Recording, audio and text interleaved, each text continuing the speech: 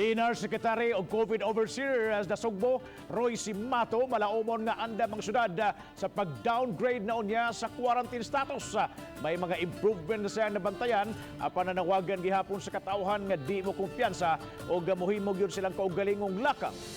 Ang report ni Nico Sirido. Aminado si DNR Secretary Roy Cimatu dakong hagit ang gitahas kaniya ni Presidente Rodrigo Duterte aron sulbaron ang suliran sa COVID-19 dinhi sa Sugbo. Hinapos sa buwan sa Hunyo, gitudlo siya nga COVID overseer tungod sa nagkataas nga kaso sa dakbayan. Sa interview sa GMA Regional TV Live, gikalipay niya ang mga improvements sa estado sa syudad. Nagtuo siya, andam na ang syudad sa downgrade pa sa quarantine status. Apan bisa ni ini, magpabilin ang ginagmay o granular lockdown sa mga sitio o apektadong lugar. Granular way na may contain mo lang yung meron ano doon sa isang block na yan, isang street na yan, hanggang doon lang ila-lockdown. But sa pag-lockdown na ibig kong sabihin ng lockdown na yan ay talagang very strict ECQ.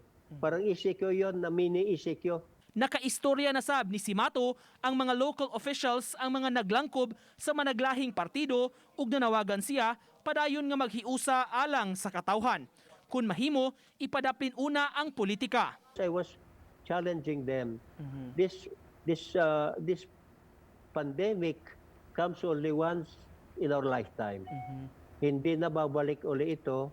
Now, since we are there already elected by the people to lead them in this crisis, so you perform your job.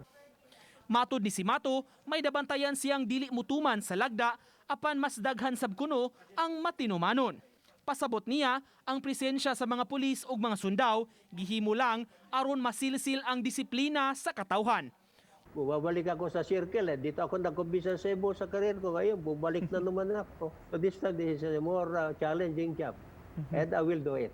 It will be the people of Cebu to end by themselves because we have to ano na natin itong frontliner na tayo rito. Huwag na natin payagan na pumasok yung virus sa ating bahay. Uban ni June Solon, Nico Sereno, Balitang Bisdak.